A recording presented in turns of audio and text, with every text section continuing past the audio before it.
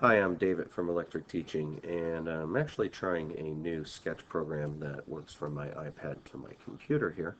So we're trying to get used to a new interface, basically. Problem of the day here. Find the equation of a conic section with the vertices at -4, 4, that's that one right there, and -4, 10, right, oops, that one, did I get this right? Sorry. See, again, learning a new program here, forgive me. So there's the -4, 10. So those are the vertices. And they got a focal point. This is important to notice. Focal points outside of the vertices. So we're looking at some sort of hyperbola.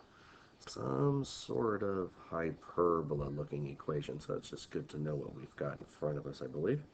I like to look at it that way. Let me back up here and get rid of those little notations now that you know what we're dealing with. And let's start with a hyperbola, or an equation that's set up for a hyperbola. First of all, we're going to have the formula. Let's use the formula x minus h over what we call a squared often in the book, but I prefer to actually call it the distance displacement from the center for the x in the x direction. And then we have the y minus k. I don't like how jumbled the graphics look, but I'm going to go with it for now. B squared, and then this is equal to 1. I didn't squeeze that in very well. And we're going to have a plus or minus situation here depending on which way it's going. So I can actually tell you right now the way I look at it, since it's going in the y direction, in the vertical direction hyperbola, then this is going to be the positive and this is going to be the negative. It's a neat little trick, whichever direction it's going. A lot of books will have you set it up a certain way and switch yours A and B and be very formulaic. In fact, technically right now I'm probably supposed to put the a squared right there, but I'm not going to because I have a unique way of looking at this. First of all, the center. The center's got to be dead center somewhere. Well, not there. No, not there. New program, forgive me. But the center's got to be somewhere right around there. Let's see, what's between 10 and 4? 6, 3, so 7. Is 7, 3 each way? Sure is.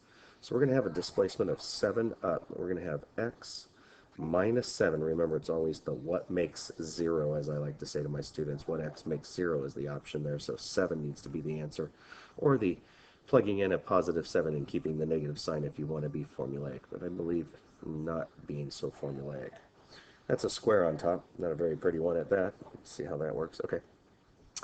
And then the displacement we will have to figure out here in a second. How about the k? Oops, I went 7 up, and that was the x direction. That was minus 4. So that's actually going to be plus 4.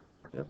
Sorry, I'm at the beginning of, or at the end of summer, and so my brain is not on math as much right now. It's on raising my 2 little beautiful girls. Okay, that's equal to 1. That's a 1 over there. It's hard to see it. And there's the y minus 7 for the shift up vertically, y minus 7, and the shift left. Okay.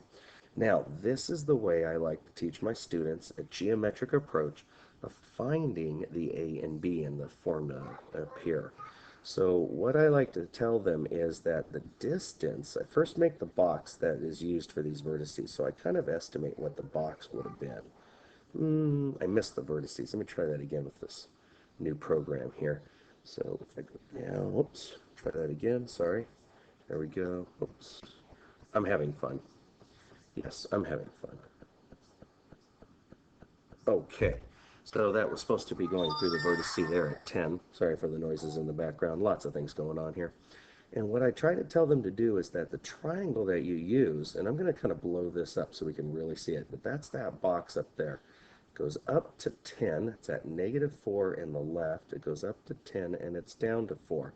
And the way I try to teach my students, sorry for being a little redundant here, but I just want to make sense of this, is to just make the triangle from the center down to the vertice and out to that corner of the box. And the box is where the asymptotes are. So if you were asked where the asymptote is, it's going right through there that the hyperbolas will follow. And the length here, the length right there, that length is the length to the vertex. And since the vertex comes down, what, 2 further? So instead of down 3, it's down 5, then I know that length right there is 5. We already know that the down length is 3. Pythagoras, good old Pythagoras never lets us down, shows us that we got a 3, 4, 5 triangle because this is a right triangle right there. So now I can see that the displacement, as I like to tell my students, is 3 down and 3 up from the center. Therefore, we're going to put a 9 here. We're going to, whoop, uh-oh, what did I just do? Oh no, I did undo, got it all back. Sorry, again, learning a new program.